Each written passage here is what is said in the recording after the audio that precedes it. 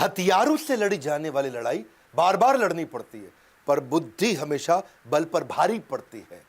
ऐसे बुद्धि के राजा 21वीं सदी के चाणक्य, हमारे देश के जेम्स बॉन्ड अब काल्पनिक चरित्र नहीं रह गया, असली के जेम्स बॉन्ड अजीत डोवाल प्रधानमंत्री के बाद कहा जाता है कि दूसरे सबसे शक्तिशाली व्यक्ति हैं। सीधा कैबिनेट मिनिस्टर का दर्जा, पर पीएमओ को सीधा रिपोर्टिंग, बीच में कोई नहीं। कीर्ति चक्र, प्रेसिडेंट पुलिस मेडल। अगर पाकिस्तान इनके नाम से डरता है, क्यों डरता है, क्यों घबराता है, क्यों पाकिस्तान के विदेश मंत्री, रक्षा मंत्री सब इसी की बात करते हैं। ये अजीत डोवाल की स्ट्रैटेजी, ये अजीत डोवाल नहीं होता तो क्या होता, अजीत डोवाल के कारण हो गया ये। डोवाल कौन है अजीत डोवाल? एक ऐसे जासूस, एक कठोर जिंदगी जीने वाले वो जासूस जिन्होंने पुलिस की जिंदगी आईपीएस ऑफिसर की, उसकी मलाई खा सकते थे, मलाई मार सकते थे। जिस प्रकार कोरोना से बचने के लिए इम्यूनिटी का होना जरूरी है, उसी प्रकार इंटरनल सिक्योरिटी के लिए अजीत डोवाल बहुत जरूरी है। उत्तराखंड के रहने वाले पौड़ी गढ़वाल के 1945 में आजादी से पहले जन्म हुआ, आजादी से पहले, अभी तक पूरी तरह fresh and active. Indian army officer थे इनके पिता,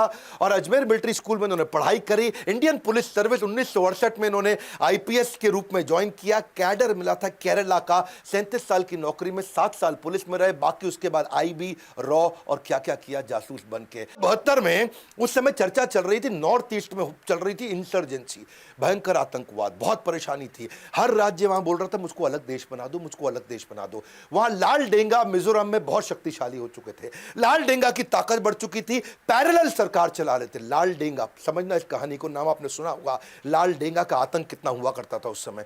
नॉर्थ ईस्ट में मिजोरम इतना शोर हो गया कि दिल्ली में लोग घबराए थे, और तभी पूछा, वहां पे एक आईबी ऑफिस में मीटिंग बुलाई गई, कौन जाएगा देखने के लिए। सब चुपचाप इधर उधर देख रहे थे, और वहीं अजीत डोवाल अभी शादी करके लौटे थे, हनीमून पर जाने वाले थे, और वो बोले ठीक है मैं जाऊंगा मिजोरम, और मैं मिजोरम में समय लगाऊंगा। ये लाल डेंगा के साथ इन्होंने वहां पहले अंदर घुस गए, अंदर जाके देखा तकलीफें क्या है, इनकी समस्या क्या है, इनकी गोल प्रॉब्लम क्या है। घुस करके तब समझ आया लाल डेंगा के साथ 7 बड़े कमांडर्स थे, उसके 7 जबरदस्त कमांडर थे जो सारा गेम चला रहे थे। यानी कि लाल डेंगा की ताकत, जैसे याद है हातिम ताई में तोते के अंदर ताकत थी, लाल डेंगा की ताकत इन 7 कमांडर्स में थी। ये 7 कमांडर से नीचे नीचे जाके दोस्ती करते थे। इनकी खास बात यही कि दुश्मन के अंदर खेमे में जाके कुछ लोगों को दोस्त बनाए आते थे। अच्छा, दोस्ती इतनी कर ली कि रोज शाम को उनके एक कमांडर को घर बुलाते और बढ़िया साथ में बैठ के दारू भी पीते, खूब ड्रिंक करते, उनके साथ बढ़िया नॉनवेज उनकी वाइफ खुद बना के खिलाती, और इतनी दोस्ती कर ली और उनको समझाना शुरू कर दिया। सारी इंफॉर्मेशन ले ली कि क्या है ये माल्फ। मिजोरम आर्मी लेफ्ट फ्रंट पर कौन है अजीत डोभाल, जो हर बाल की निकाल दे खाल, वो है अजीत डोभाल। इतना अंदर चले गए कि जा करके उनसे समझाना शुरू किया, एक एक करके दोस्ती करी। बोला ऐसा है ना, मैं तुम्हारे को सारी ताकत दिलाता हूं, भारत सरकार में मेरी चलती है, तुमको स्पेशल कैटेगरी राज्य बना दूंगा। ऐसा कुछ करते हैं कि तुम्हारा यहां पे इलेक्शन करके तुम्ही को यहां मंत्री बना देते हैं, तुम्हारे ऊपर जो क्रिमिनल चार्ज है उस सारे को हटवा देते हैं, और तुम्हारे को नेबरिंग कंट्री के साथ में तुम्हारे लीगल अग्रीमेंट्स बनवा देते हैं। तुम्हारे राज्य में कोई घुसेगा तो उसको पासपोर्ट इलेक्शन कार्ड टाइप चाहिए, यानी कि वो सब सिस्टम भी बनाए रखते हैं।